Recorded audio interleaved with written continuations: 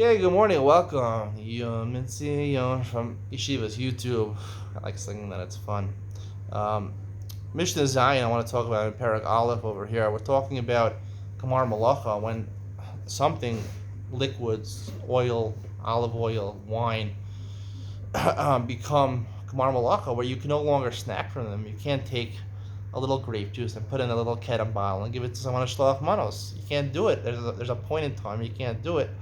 Right, you thought you could always do that. You're a farmer. You can give out all those little bottles of canned grape juice to your friends on Purim. No, you have to do more. You have to already take off Shavuos and Maasros before you do that. So, there's a discussion over here that one of the things that's Kovei makes a Gmar Malacha, even if it wasn't a Gmar Malacha yet. I mean, it wasn't in the big vat yet of wine, or it wasn't pressed fully by the olive press, and it's not considered to be nigmar malacha. It's not considered the processing wasn't finished yet. So therefore, you can normally snack from them. However, if you put it in a burning pot of food, right? You want to spice up your food with some wine, or you want to put some oil in it to make it a little tastier. If it's a kli rishon, it's considered mavashal. We pass now like our Yehuda, kli rishon mavashal. Kli sheni, ain't a mavashal. You put it into a tamchoy or a chamita, right?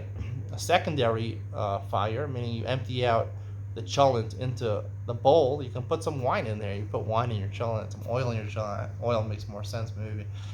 Put some oil in your cholent. I don't know how good it would taste, but oil in ready-made cholent or wine. But I don't know. I'm just giving an example because that's something people can relate to with Hilchos Shabbos and cholent and bishul or whatever.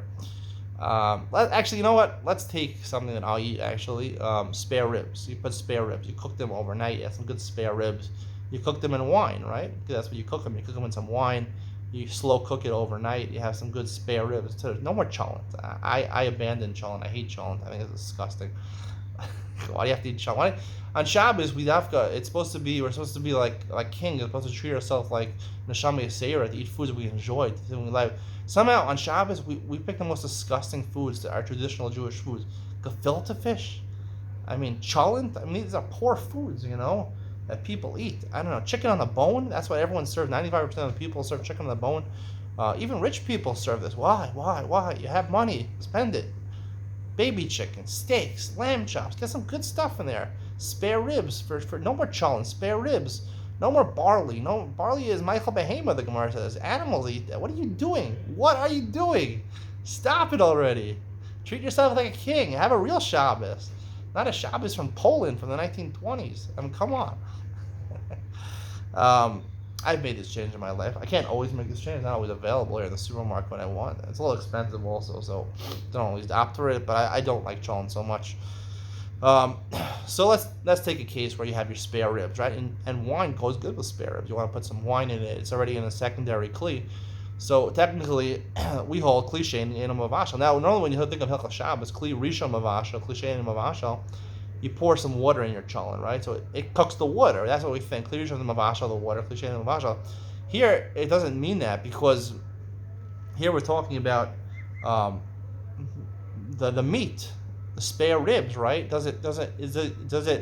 gets absorbed. The wine gets absorbed by the spare ribs, right? Kli rishon is mavashal. If it's in right off the fire, you put the wine in. So therefore, it's mavashal, and kli rishon mavashal means not just that it cooks the water. It means it is considered cooked. It's a pot that now is cooked, right? We look at it as one unit. Not people always think kli rishon mavashal. You're cooking the water. No. You're doing an act of bishul on Shabbos, right? Combining those two things. Bishul means, and that's, I think, is a big nafkamina between this, meaning it has to be something that's actually something makes it more edible, or something that makes it more tasty, which is bishul, which is used for cooking.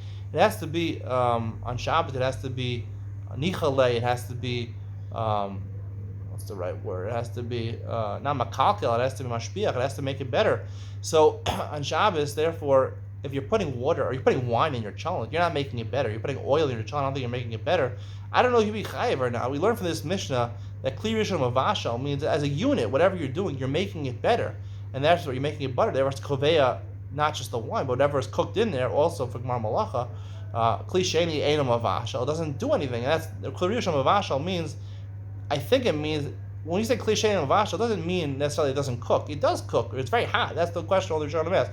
What's there in cliche? You just put it in a different pot. It's still hot. No. The point is, it doesn't make it any better. When you put it the cholent or you put the spare ribs in a secondary pot and you put wine in, it doesn't cook well. It doesn't cook well in a secondary pot. It doesn't make it taste much better. When it's really hot, really off the fire, then it's really hot. Then it cooks better. And it makes it mashbiach. It's not makalkal. It's mashbiach. It's takin, and then you become a Shabbos, and also a big malacha over here. Hope you enjoyed today's shir. See you in the next one.